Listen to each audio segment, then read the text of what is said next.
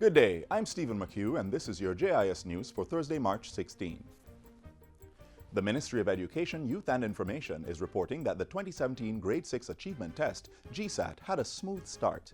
Minister of State Floyd Green says over 39,000 students have registered to sit the two-day exam in 1,090 centers across the island. He says special arrangements have been made for over 300 children with special needs, as well as those in the hospital. So far so good. We have a help desk that we have established at a control center, so all our student assessment officers are out in the field, in the regions, checking up to see what is happening. So if there are issues that do occur in the case of not enough scripts, that we have a system that is reported and it comes into central base, and then there are additional scripts throughout all regions so that any problems we are sure that we can resolve, and we will have quarterly updates internally to see how things are going, where there may be difficulties, so that we can intervene. Minister Green was speaking following visits to Grove and Mannings Hill Primary Schools in St. Andrew today, where he gave pep talks to the students. The Minister of State also made a special appeal to parents of students taking the GSAT exams. I think it's very important to remind the parents that their main role now is to encourage the children. Remember, we have 2 days for GSAT, so when they finish today, they will go home, and we're saying to parents, encourage them, help them to relax. We know the parents are anxious themselves and they want to find out how they did, but just give them the support, because that is what is very, very important. Today, students sat the mathematics and social studies component of the exam. They will complete the exams on Friday with language arts, communication task, and science.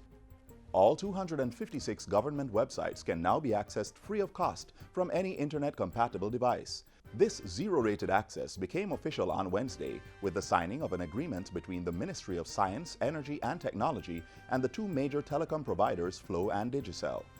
Portfolio Minister Dr. Andrew Wheatley says Jamaicans will now have access to critical government services that are offered online by state agencies such as the Registrar General's Department, the Passport, Immigration and Citizenship Agency, and Tax Administration Jamaica. It brings the people closer to government, and it utilizes the technology and shows that we are on the right trajectory as a country, and as being the regional leader within this region, as it relates to incorporating ICT. The Petroleum Corporation of Jamaica, PCJ, is providing $5 million to finance research and development as well as academic studies in engineering and energy.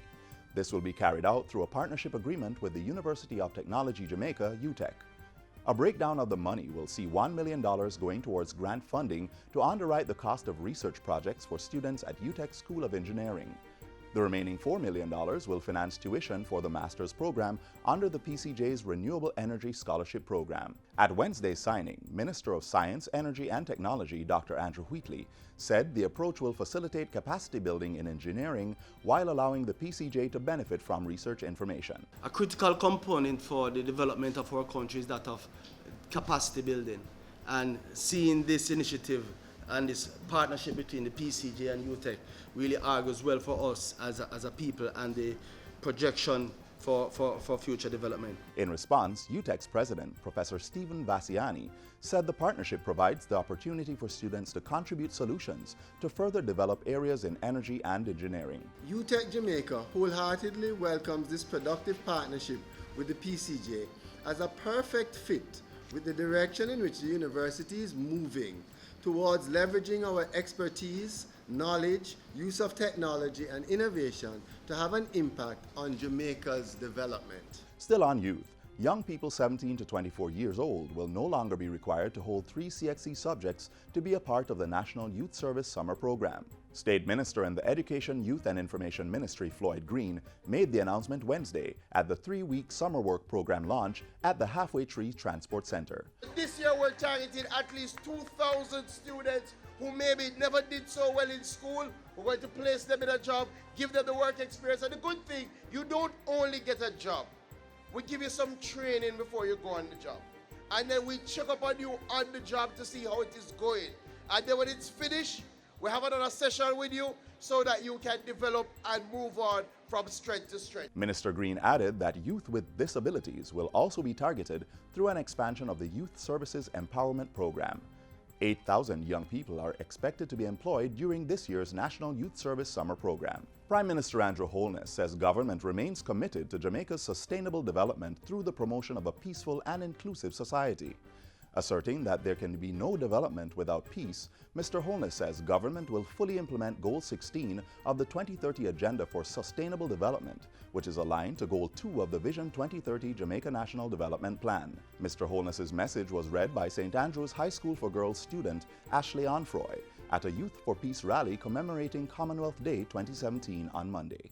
By reducing the level of crime, we intend to foster a more favorable environment for economic growth and job creation, thus paving the way for Jamaica to become the place of choice to live, work, raise families, and do business. Commonwealth Day 2017 was observed under the theme, A Peace-Building Commonwealth.